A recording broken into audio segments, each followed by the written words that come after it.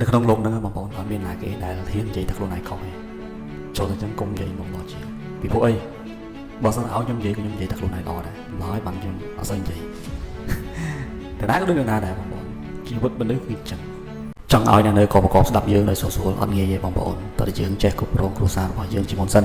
ទី1ទឹកនំខ្លួនឯងមុននឹងដឹកនាំគេមើលខ្លួនឯងសិនងូតទឹកឆ្លងកញ្ចក់ទោះស្ពូ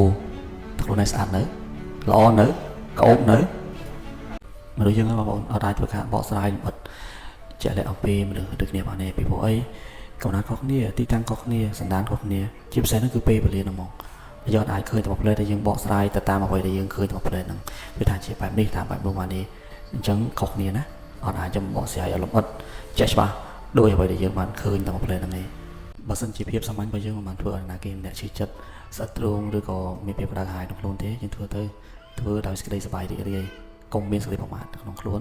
រស់នៅដោយសេចក្តីល្អពេញចិត្តនៅអ្វីដែលយើងមាន